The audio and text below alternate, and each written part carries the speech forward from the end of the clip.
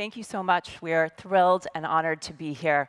Welcome to Millennials Are Not Wellness Newbies, Understanding What They Expect. And thank you for that introduction. But just to clear the record, we are not a millennial power team, but more than half of our readers are.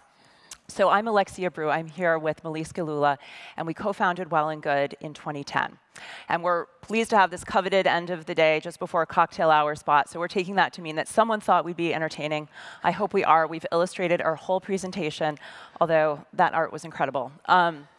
So we launched Well+Good, as I said, in 2010. It was a really incredible moment where the whole wellness scene was really starting to explode in New York. There were more and more businesses to cater to this growing interest. And you can see in our first original nav bar on the right that we had good escapes in there. So we had these different channels, and we wanted to appeal to all of our readers' wellness passions. And we were especially excited about Good Escapes because we had met at Luxury Spa Finder magazine, have known Susie Ellis for many years. And here you can see two of our original stories on properties, Miraval and Calavi. And we couldn't wait for our readers to devour these stories. And we saw no traffic, like not a click. And we were really stunned. So. Yeah. Because we had learned so much at these types of properties and really thought of them as the think tanks of wellness, that they were so much more than fluffy robes. Right. What struck us was that our readers were obviously intensely interested in the holistic offerings that spas provided. They just weren't interested in it in a spa wrapper. So we unceremoniously cut Good Escapes in our fluffy robe from our nav bar in 2011. And because, however, we were so passionate about the spa world, I mean, we really got so much of our health education there, we kept noodling on ways that we could deliver content that would speak to our readers. And, you know, they speak through clicks. So, you know, traffic doesn't lie. So what we did was take a look at the way we were presenting wellness content through a travel lens. And we saw that when we covered retreats, be them yoga or fitness, through a particular experience versus by a property, the traffic started to pour in. So what our readers didn't want, they didn't want to hear about the square footage of a new spa. They didn't want to hear about thread counts. They didn't want the stuff that was press release fodder. What did they want? They wanted photos of Balinese yoga pavilions and where they could see themselves transported. They wanted to see slideshows of stand-up paddleboard yoga, pretty much anywhere, actually. And so we continued to create content around the theme of experiences instead of by property. And we were glad to say that we relaunched Good Travel this past summer, where it's probably our fastest growing content category at the moment. So what accounts for this shift in mindset? One of the things we think is affecting this is that the wellness consumer today, especially the millennial one, has tremendous access to wellness at home now, more than any other generation. So she is not the CEO who, through working tireless hours, letting his blood pressure and cholesterol get out of control and gain 50 pounds, throws himself on your massage table and says, "I'm broken." Because millennials have toolkits closer to home for wellness, there's a mentality out there that I don't need a spa to fix me. So this map really illustrates the broad accessibility of wellness today and that toolkit that our reader already has. This is a fun map that shows our top 10 cities across the country, and it shows in the key what a matcha and turmeric latte costs in each city, because our reporters, Abby Stone is here with us today, tirelessly report on this and really try to understand deeply how these trends affect the whole country. If we had our top 30 cities on here, there would still be turmeric and matcha lattes available everywhere. And that simply wouldn't have been the case even 2 years ago. All of these brands that you see on the right are really household names to our readers, and they're relatively new in the last 10 years. So I'm sure you're familiar with SoulCycle and Flywheel, places like Berries and Orange Theory. On the bar scene, there are multiple brands that have hundreds of locations: Pure Bar, Bar 3, Bar Method, and so on. And then there are now 800 different athleisure brands to dress people for this lifestyle. We all know the ones like Lululemon and Athleta, but there are 800, which is pretty shocking. And then on the food front, I mean, as we've talked about, it is still hard in many places to make that healthy choice, but it's becoming more and more available with brands like Sweet Greens, Juice Generation, Juice Press, and as we see, just so much more access. So our readers are really eating in those places. And so when they show up at a spa, they're no longer coming to learn how to meditate for the first time. They likely have Headspace or Buddhify on their phone. They might be showing up in a Peloton tank top, so they'll be expecting a lot from an indoor cycling program. So these things have really changed quite a bit. Right. Another thing that she has access to at home now. Ta-da. Wellness influencers, fitness experts, top-notch fitness talent. These faces don't look familiar to you yet. Don't worry, we're going to get you familiar with a handful of them tonight. By the end of the summit, you're going to know all their names. So these are a snippet of the wellness and fitness influencers that we cover on Well+Good. Yes, they are influencers insofar as they have tremendous social followings. They've worked really hard on that as brands. They also have what every top-notch spa would require, and that is the ultimate in credentials. They also credential hundreds of yoga teachers and fitness instructors themselves, creating massive communities. We have a video that we'd like to show you that illustrates the power of these rock stars to impact wellness change and inspiration with our millennial readers. Again, these are women who are charging upwards of $35 per person to their sold-out classes, $500 to $1,000 a night for their retreats, and why we believe that they are becoming competition for spa dollars. Please take a look.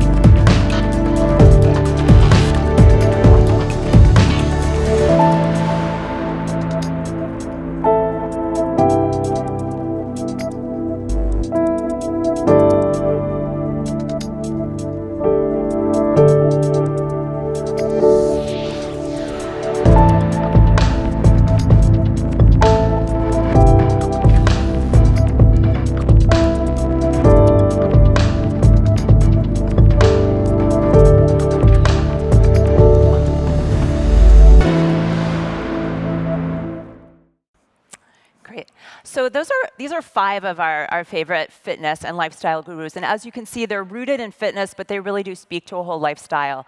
And these days, among millennials, it is more brag-worthy to say that you snagged a spot in Taryn Toomey's DR retreat than it is to say that you went to Canyon Ranch or Miraval. And when Melisse and I were coming of age in the 90s and the aughts, that was the cultural currency then. You wanted to check out these places like Calavi and Rancho La Puerta.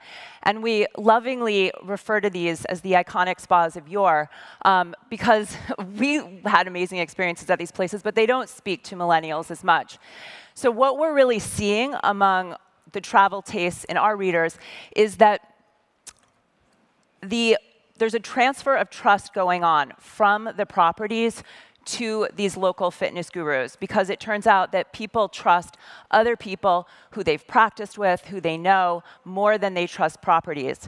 And I think this really echoes what's going on in the broader culture. We all know that we live in the era of the influencer, and we see the power of the influencer eclipsing that of very established brands. We couldn't help but see this on Well+Good, as I said before. I mean, so much of our content is inspired by their leadership, and our readers hang on their every word, their beauty purchases, their apparel collections, their retreat launches. However, to take this a little bit deeper, we did some research, which we'll be sharing with you here in 2 parts. One is we tapped leading international wellness travel PR firms for their take on what's been happening in the last 10 years, what changes they're seeing. And then we conducted a survey with our readers, and just to put all of our collective suppositions together. So we'll start with the travel PR. Jennifer Hawkins, who's here today, thanks for this great quote. To paraphrase her, in this era of class-pass boutique fitness, millennial guests expect way more. Their standards are so much higher than ever before. Victoria King, the founder of VKPR, said that because of social media and the access that so many potential guests and our readers have to these wellness influencers, they do expect properties to bring them in and provide access to them. Alice Marshall notes that the wellness tastemakers can drive business as much as a celebrity. And Sarah Evans of JPR says that their clients look to JPR to provide counsel on what consumers want, like guided meditation with spiritual healers, forest bathing in remote locales, and that out-of-the-norm experiences are key, and so are celebrity fitness and wellness leaders. So as Melisse said, we conducted our own survey this last August, and 4,600 people completed the survey. Just to give you a quick snapshot of who took the survey, her median age was 33, median income 103,000, and most importantly, she is an accomplished leisure traveler. So let's see. 55% of respondents are taking 2 to 3 vacations a year, with an additional 17% taking 4 to 5 vacations a year. Nice life. So they're really acting on it. And then what's interesting is that it's not surprising that the Well+Good community is really interested in going on a wellness retreat, but they're actually prioritizing it, in that 66% are actively planning a wellness getaway in the next 12 months. And that speaks to some of the data we heard about earlier today, with wellness tourism being the fastest growing segment within the wellness economy overall. Right. So what kind of a trip is she planning? We have a data point here, and I'm really glad you're all sitting down for it. So 40% of our survey takers said, I'd rather go on a retreat with my favorite fitness instructor. 55% said, I'd rather go to a place like Canyon Ranch or Miraval. And if you're still awake through this tireless day at the summit, you'll notice we're missing 5%. Oops. Sorry, those were the undecided. We forgot them. Yeah. So I don't know about you in looking at this data, but Alexia and I were really floored. We expected spas to come out at about 80%. And while they are still ahead, it's really not by a lot. So what are we all thinking about that in the room right now? Holy bleep. I mean, spas have been eyeing each other as competition and not these upstart fitness instructors in their own communities. So we think that this shows how much power she has and how much of a competitive set she has become to leading spas and resorts. And this is a huge way that millennials are disrupting the wellness travel market. So if you feel like we've just kicked you in the shins, there's also a huge opportunity for those of you looking to fill your rooms with millennial travelers. Our survey revealed that only 9% have ever been to one of the iconic spas of yore. And so does that mean that the other 91% have it on their list to go at some point? Well, it actually turns out that only 53% say that it's a bucket list goal to visit one of these properties. And we think there are 2 things possibly at play here. One is that our readers simply don't know, the incredible properties that we grew up knowing. But I think the other, probably more likely reason is that they don't feel that they speak to them and their own wellness passions right now. And an anecdote that happened recently really illustrates this. When Melisse and I were at the New York State Spa Association, the COO of one of the top spa brands, it's familiar to all of us in this room, but we won't name names, said that they were just waiting for millennials to have back problems and get high cholesterol, and then they would come.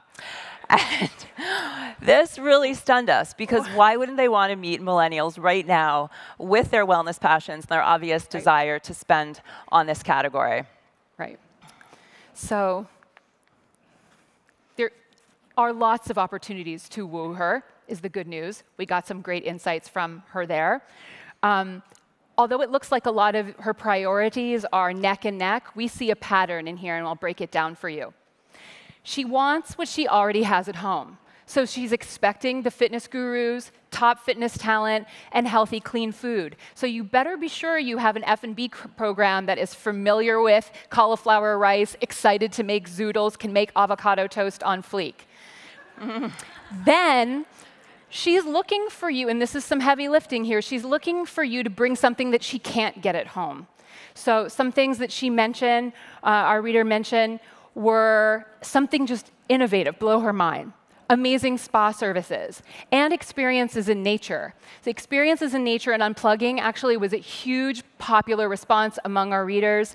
They cited all kinds of things, from challenging hikes to interacting with wildlife, beach and surf destinations. And actually, there was a special call out to natural hot springs. About 30% of the survey takers flagged that one with special interest. So in short, our reader does not want to zone out all day in a marble palace where she could be anywhere. Facilities are wonderful, and I know we have a lot of architects and designers with us today, and I think we were all really inspired at the opening keynote, the work that Louis Schwartzberger is doing in bringing the natural nature into the built space. But what our research shows is that it's better to focus on creating more experiences like enlarging your paddleboard and kayak fleet, finding that forest bathing coach, having more naturalists on the team, finding cool ways that she can bathe and take showers outdoor, all of these things that she can't get in her day-to-day. And she is already, to borrow and to build upon the name of this conference, the Millennial Traveler is already living a well and good life. And Susie, feel free to use that for 2018, totally fine with us.